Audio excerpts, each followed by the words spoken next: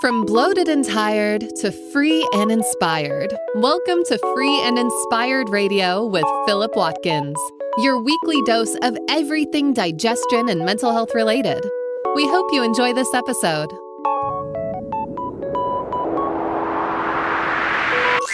Here is your host, Philip Watkins.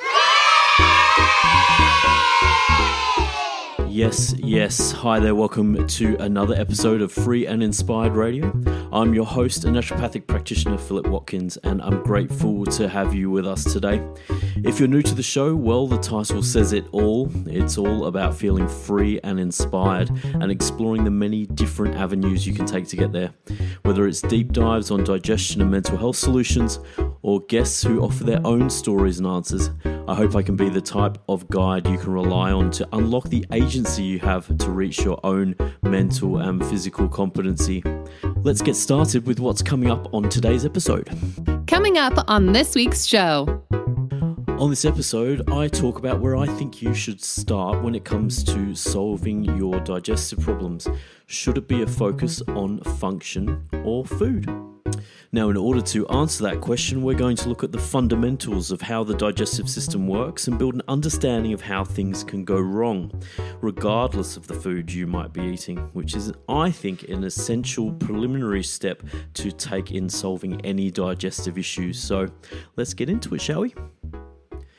Food concerns often precede other Google searches people make to solve digestive problems, such as bloating, gas, or digestive discomfort. It's a common concern I see in the clinic too. Patients report, I just have no idea what foods I'm eating are causing my problems. And look, to be fair, you probably never will if it is function. Often the solution can lie within addressing the function of the organs of the digestive system, those same organs breaking the food down and absorbing the nutrients that eventually interact with the body. In order to investigate this a little bit more, I like to explain to people, especially within a clinical setting, that the relationship between food and the digestive system as an equation may be actually missing a variable. So it starts off with food equals symptoms. And when most of the time it's food divided by the digestive system and the food and digestive system's interaction that actually really equals the symptoms. That's quite a major variable that's missing if I do say so myself. Now, food travels through the digestive system in a step-by-step fashion that relies on cues from its different components similar to that of a train line. Now, in this episode, I'm really going to try and help you understand what's called a north to south type of system that's been popularized by someone I've trained with, Dr. Dartis Karazian, which basically goes on to explain that each cue or each point in the north to south system, or each station in the train line, if you like, relies on the cues or stations or signaling from the station before it. So, for example, if the brain represents north in the north to south, and the mouth, stomach, gallbladder, pancreas, small intestine each have a part to play with that journey south through the digestive process, you can start to imagine that the food you're eating is somewhat similar to a train in that it's stopping at each station but slowly getting broken down and deconstructed into a sum of its parts as that process continues. Now, understanding the processes in each of these organs, from the brain to the small intestine, can actually help you understand why you might be experiencing digestive discomfort after eating and how these functional issues can occur up to 2 to 3 hours after eating. And in my mind, this is actually where some of the mystery may be caused, in the sense that people can eat meals and not get those symptoms or that negative feedback from their digestion relatively quickly. So that can often mean that you end up with quite a foggy idea of what may be causing your problems, which is obviously not what we want. So let's get started on this train line. The vagus nerve helps the brain communicate with the digestive system, creating the brain-gut axis. So we'll start off with the first station in our north to south train line, the brain. A lot of people don't often associate the brain with direct mechanical digestion or the digestive process. It's not often that you think about it. In some ways, you could think about it in the sense that when you're cooking your food, you have a sensory experience in that you smell the aroma of what you're cooking, and that then sends a message to say the food's coming. But to be fair, most people don't actually think that their brain may be part of the issue, if you like, when it comes to daily digestion. But when we're talking about the digestion and the brain, you may have sometimes heard of the digestive system being labelled as the second brain. This definition is largely down to the highly concentrated amounts of neurons that can, independently of the brain, affect motility, or the journey your food takes from your plate to the toilet, and a host of other functions. So the digestion actually works very, very independently of the brain, but in a similar way, hence the term second brain. Now, the vagal nerve or the vagus nerve is a critical mediator here and very much of a focus for us when we're looking at the brain-gut connection. Handling the bidirectional messages between the brain and the digestive system, the vagus nerve is the first component of the north to south principle. For example, when the food enters the body via the mouth, it sends a host of interacting signals via the vagal nerve to the brain, loaded with information covering, amongst other things, sensation and nutrition. Whilst our focus here is the journey of the food you eat travelling south, the ascending conversation that travels north up the vagal nerve from the digestive system to the brain plays an essential role and could be a part of how things go wrong. Correcting low vagal tone, as referred to in the literature, is often a goal in functional digestive disorders such as IBS and inflammatory bowel disease. Now, to put that in a different way, we're focusing on the food travelling south, but remember I mentioned the vagal nerve has a bi-directional messaging system. So if you think about it like a major highway, you can go one way or the other. Now with the brain is receiving messages from the mouth or the organs of the digestion in an ascending fashion as well as the descending fashion, that the brain sending messages to the digestion in response to aroma and things like that I mentioned. Now, deep breathing, meditation, physical exercise, amongst other things, can all have a positive effect on this vagal tone. So this is the interesting part about all of this, and a theme that you'll often see is that sometimes the solutions to low vagal tone or these types of things that we mention aren't actually that sophisticated, and maybe things that you can do quite quickly without having to source, buy, or go anywhere, really, in the sense of meditation and deep breathing. Now, the preliminary research also shows that probiotics may positively affect the brain via their activity on the vagal nerve. The positive effect on the brain may also extend to mood and anxiety regulation and decrease cytokines, the chemicals in the body that can cause inflammation. It's definite that I'm going to be doing a full episode on the vagal nerve and how it affects digestion. I think with the element of stress in people's lives, especially over the last few years, looking at the relationship between the brain and the gut in a little bit more depth is such an interesting and insightful experience. So stay tuned for that. I'm going to be trying to put that together over the coming months. Let's move forward in our little train line or our journey south, and we're going to be talking a little bit about the mouth. So chewing your food makes a more significant difference to your body's interaction with food than you think. The next station on this train line, the mouth, is the first stop in mechanical digestion. Just like many people don't go to the dentist as regularly as they should, and if this is you, then please book that appointment. The role of the mouth in the digestive process can be one we take for granted. Now, interestingly, I'm just going to do a little bit on oral health, because what a lot of people don't know is that the bacterial environment, or the version of the oral microbiome, if you like, in your mouth actually influences the bacterial environment in your stomach. So if you haven't visited the dentist for a little while and gotten a clean or gotten yourself checked out, this could actually be affecting your digestion. Hence why I encourage you to go and get yourself checked with the dentist if you are a little scared of them. I find dentists generally pretty friendly people and very, very good at their job. So hopefully it won't be as scary as you think, but it will have a huge effect on the bacterial environment in your mouth, obviously, but also in your stomach, which may be causing some of those digestive symptoms. Let's get back to chewing and the mechanical digestion. Chewing and saliva are vital components of the digestive and immune processes when it comes to food.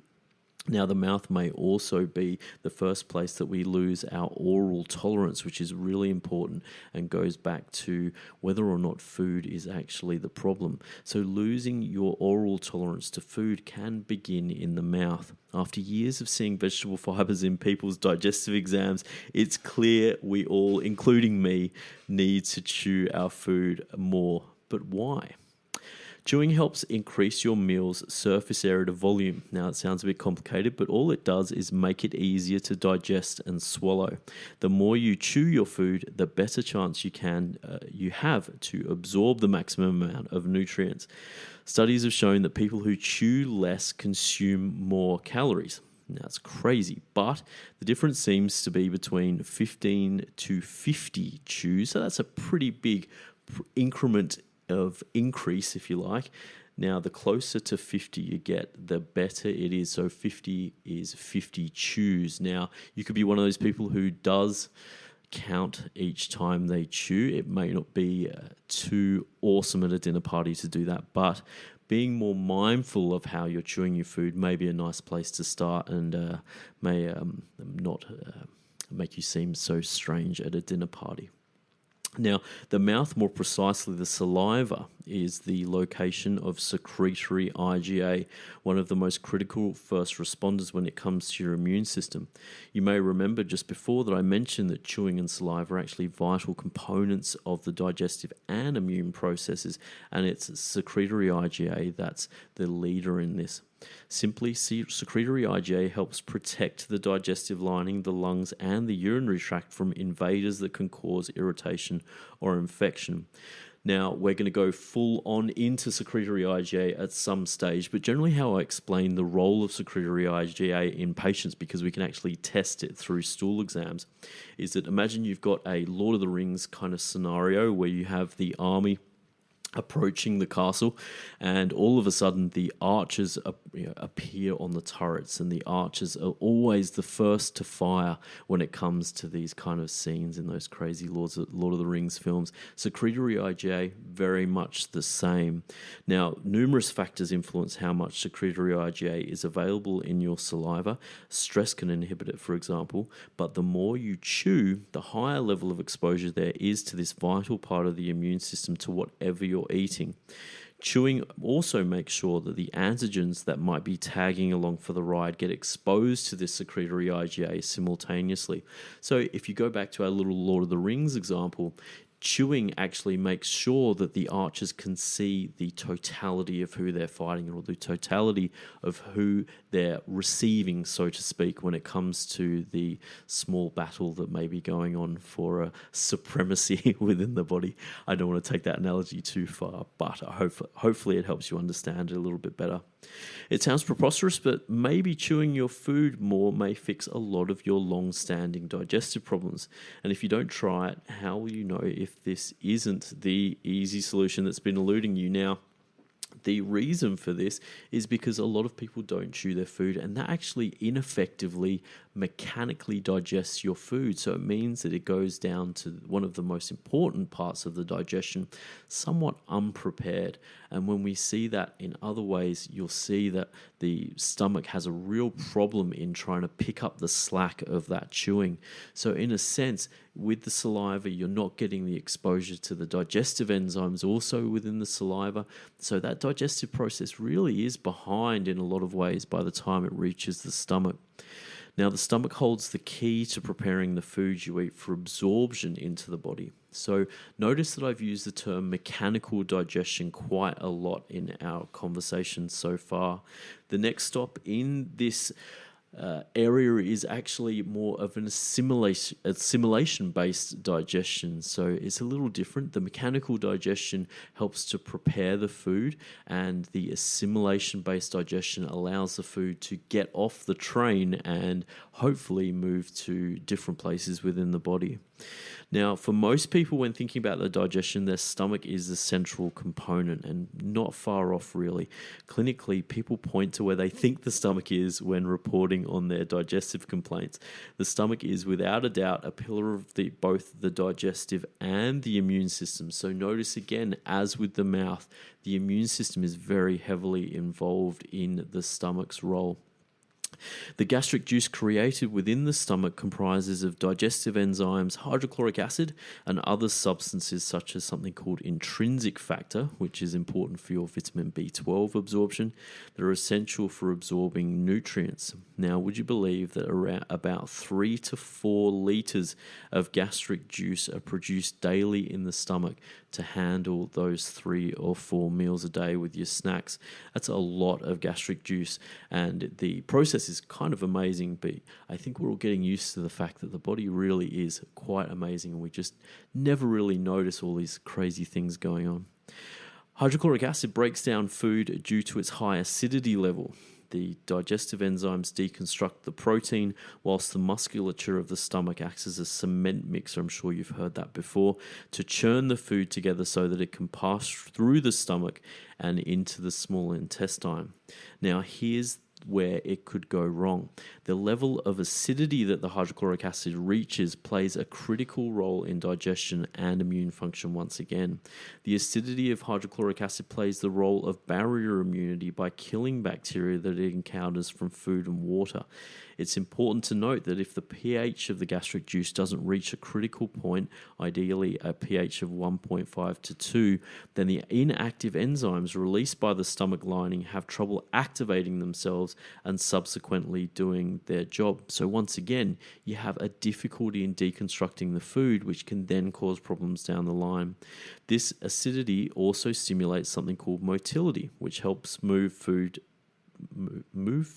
to the different stations of the digestion, something particularly pertinent for people experiencing constipation-like symptoms. So you're starting to get the idea here that the exposure to enzymes is a really important part of this mechanical digestion. Now, medications such as protein pump inhibitors, antacids, and non-steroidal anti-inflammatory drugs can cause changes in this hydrochloric acid secretion and the process we discussed above, motility, which once again, if you're having slow bowels, is pretty much your focus. A more important consideration in the case of long-term PPI use concerns poor absorption of calcium, vitamin B12, iron, and magnesium. Why is this so important? Mainly because these nutrients are actually deficient in a lot of people's diets before the digestion becomes a problem. And this is where sometimes the difference between recommended daily intakes and actual daily intakes has such a huge deficit between both of those markers, in the sense that we recommend you have so-and-so milligrams of magnesium, and you go, well, I'm going to go and do that through my diet or supplementation, but then all of a sudden you've been asked to use a PPI or a antacid, for example, and your ability to bring that into your bloodstream or bring the magnesium out of the digestion and into your bloodstream is majorly impaired, leaving you thinking that you're doing the right thing, but once again, unfortunately, the appropriate mineral or vitamin isn't getting off the train as you would like it to be. Now, in a clinical setting, a large proportion of people have low levels of hydrochloric acid originating from chronic moderate exposure to stress. Interestingly, when you get acute stress, you actually get an increase in gastric juices, but when that stress becomes more chronic, so it's a longer lasting exposure in a less intense way, but still intense enough, you start to see a lowering of the gastric acid production. Now, this is considered to be a protective mechanism to mitigate the stressful situation and the action required to react and respond to that chronic moderate exposure to stress. Thyroid conditions such as hypothyroidism and Hashimoto's can also cause changes in gastric secretions, they believe mainly because of the thyroid's role in the metabolic processes of the body. This connection between the brain and the digestion, once again, is one of the critical points of interest when looking at our north to south train line or treatment method. After going through how it works, it's now easier, hopefully, to see how necessary the stomach and its actions are in both triggering cues in the small intestine, mechanically digesting food, deconstructing protein for absorption, and the vitamins and minerals absorbed by the stomach. What do you think so far? Do you feel as if there may be elements of your digestive function that are maybe causing your food to not be digested as well as it could be? Maybe that's starting to cause some of these issues. I touched on this small intestine there now, and we will definitely get to that as another organ of focus. But what about some of the solutions if you do feel like your hydrochloric acid maybe isn't performing the way you would like it? One of my favorite ones is just using apple cider vinegar before meals, or at least as a morning shot. It can be an excellent place to begin the process of correcting the hydrochloric acid. I think a lot of the time when you do these types of things, you're looking to see some positive feedback. And you'll hear me talk about that quite a lot, in that you do need to see some change quite early. And it's not that you don't want to give the time or you're impatient. But look, if you're looking to feel better, you probably want to do it as quickly as possible. Doing something like apple cider vinegar is a relatively easy way to see whether or not you're actually on the right track. So maybe you have your first little shot of it and you just feel 30 to 40% less bloated. Sure, it could be a placebo, but also if you do it again and you continue to feel 30% or 40% less bloated, that could be a nice win, but also give you a sense that maybe some more focus needs to go into the stomach there for you. Supplementally, a popular beginning is a combination of something called Betaine Hcl and pepsin, which is one of the main digestive enzymes in the stomach. But you must be careful if you suffer from a methane-dominant small intestinal bacterial overgrowth or constipation-dominant IBS, as sometimes that betaine may aggravate these types of conditions. So once again, if you're unsure of your SIBO status or anything like that, if you start to see that over the first few days of using a supplement with betaine that you're starting to feel a little worse for wear, then it's probably best to cease that straight away. But look, let's talk about the small intestine more from a functional point of view, because that's our focus for this episode.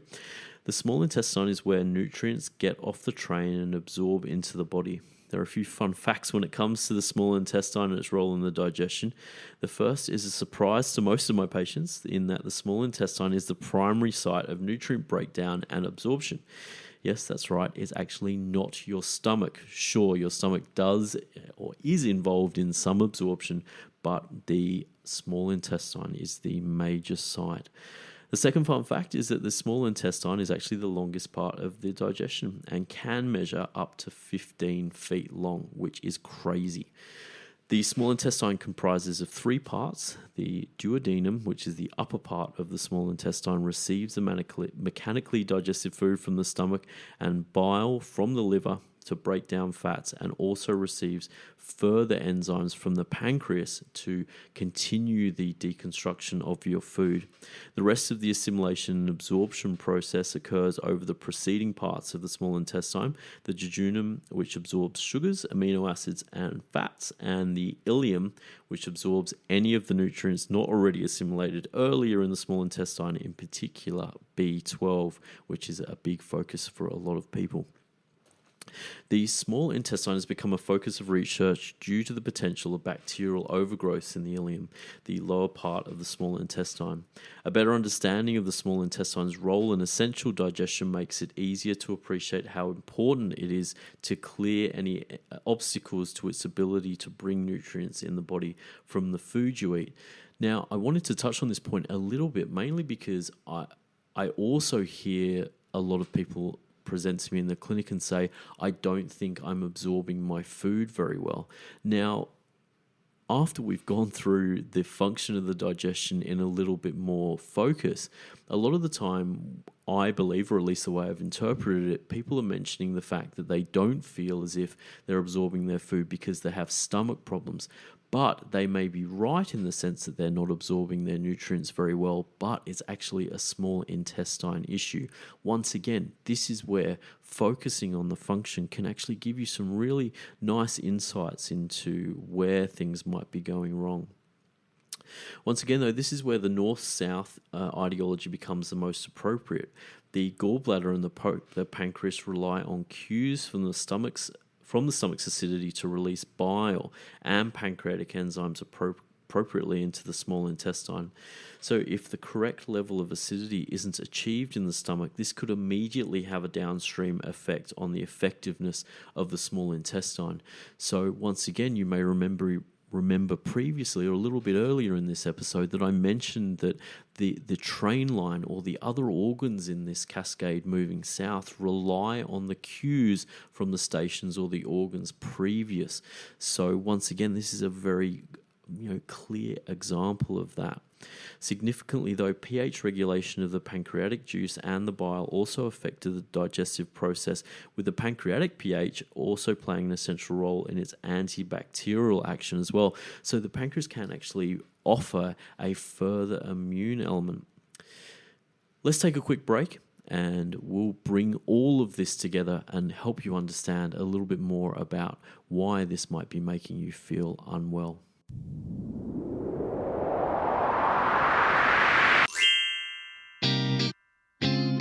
Whew, time to take a break. Are you enjoying this episode of Free and Inspired Radio?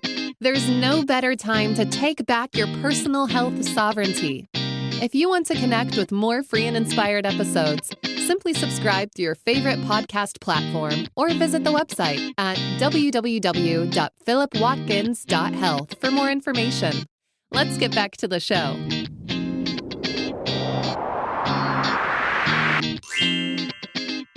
Welcome back to Free and Inspired Radio. My name is Philip Watkins, and in this episode we are looking at the function of the digestive system, and specifically we're looking at it in the context of whether or not focusing on improving the function of your digestive system may actually be a better place to start as opposed to focusing on the food that you're eating.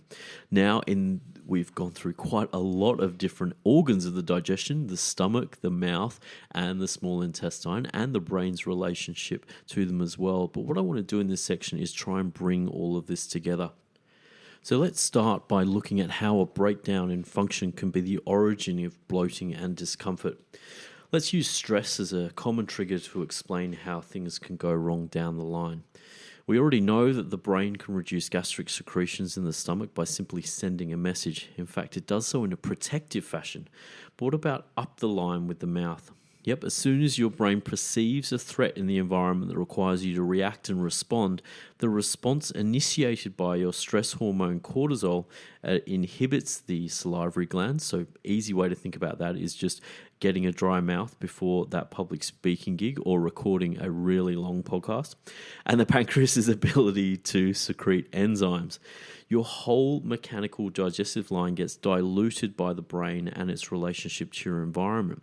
It's no wonder that poorly digested food gets to the small intestine and ferments. The product of this fermentation: gas, bloating, and discomfort. The small intestine never really has a chance because the mouth and the stomach aren't effectively covering their jobs properly. Sure, if you have an overgrowth within the small intestine, that's going to definitely contribute to your problems and kind of compound them a little bit. And it's definitely prudent to deal with.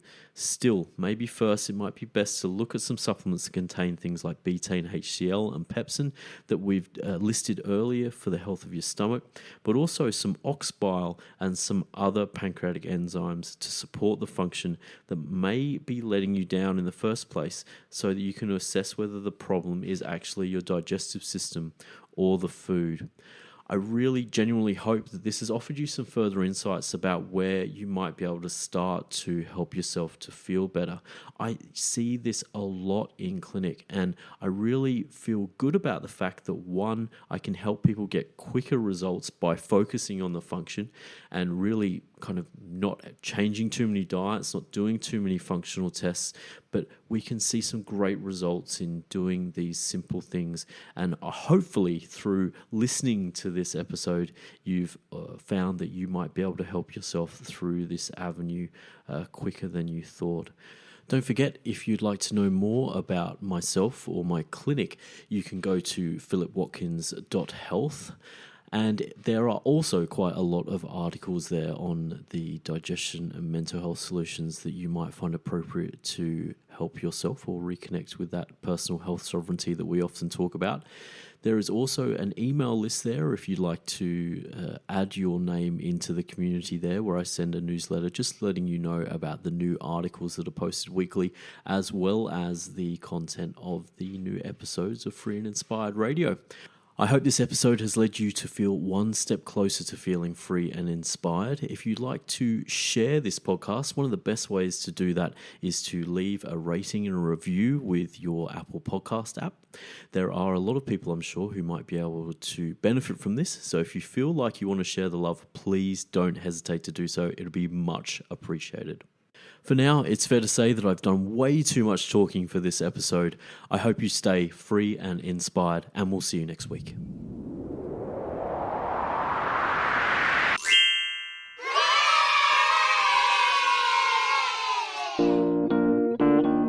Oh my gosh, you made it to the end.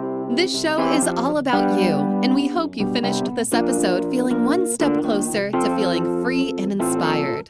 We'll be back next week, but if you want to know more about Philip, please catch a digital flight to www.philipwatkins.health for further details about how we might be able to help. In the meantime, have a great morning, afternoon, or evening, and we'll see you for another episode next week.